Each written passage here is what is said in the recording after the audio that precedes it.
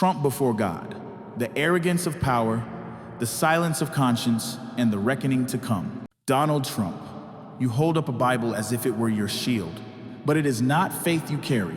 It is a mask, a prop, a weapon of deception. You speak of God, but your actions betray you. You serve greed. You serve cruelty. You serve power. You promise to end wars.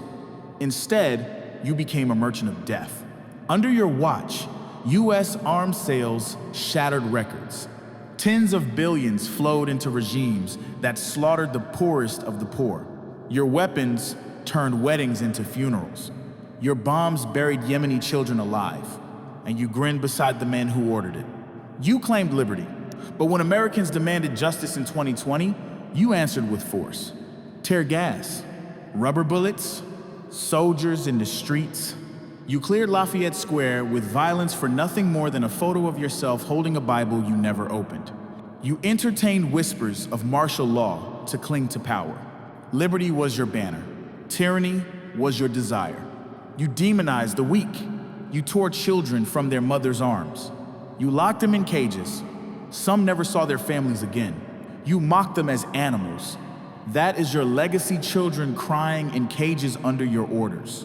You betrayed allies. Qatar sheltered your soldiers. They even gave you a plane worth millions. And you mocked them. You bullied Arab leaders. You humiliated them. You blackmailed them. You treated them like pawns on your board.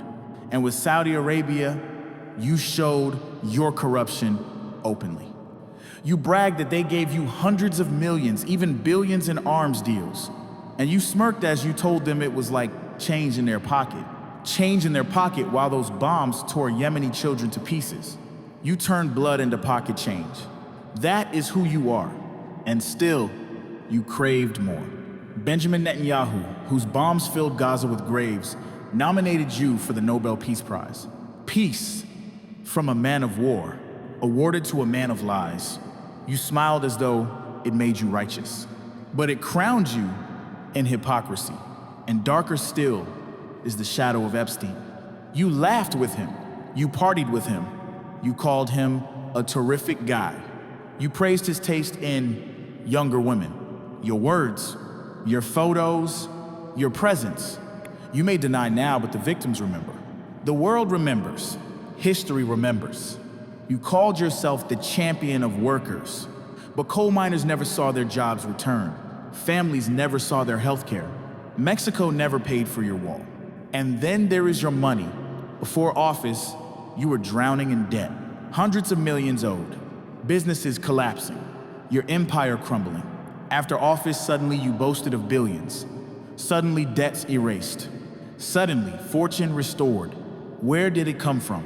From AIPAC. From the lobby that rewards obedience. From the machine that pays loyalty to Israel's agenda. You sold your office. You sold your people.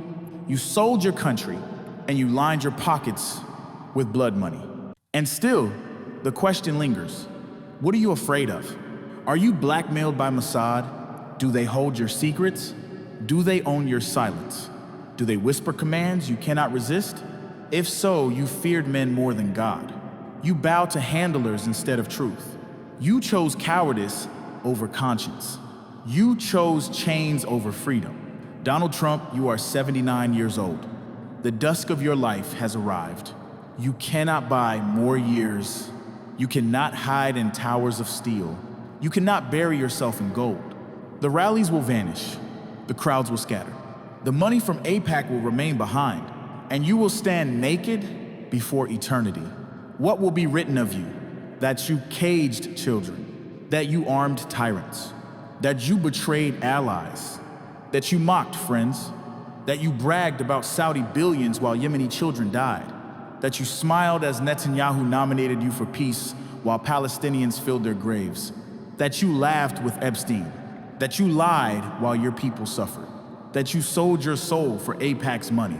You cannot call it politics. You cannot call it strategy. You cannot call it victory. Truth will not bend to your tongue. God will not fear your name. Your legacy is not written in gold. It is written in cages. It is written in bombs. It is written in betrayal. It is written in lies. It is written in shame. You may escape the courts of men, but you will not escape the court of God. And when that day comes, Donald Trump, you will tremble. You will stand condemned. You will face the weight of every child you caged, every family you betrayed, every bomb you blessed, every dollar you stole, every soul you scarred. And the world will remember not your towers, not your rallies, not your wealth. It will remember the children crying in cages.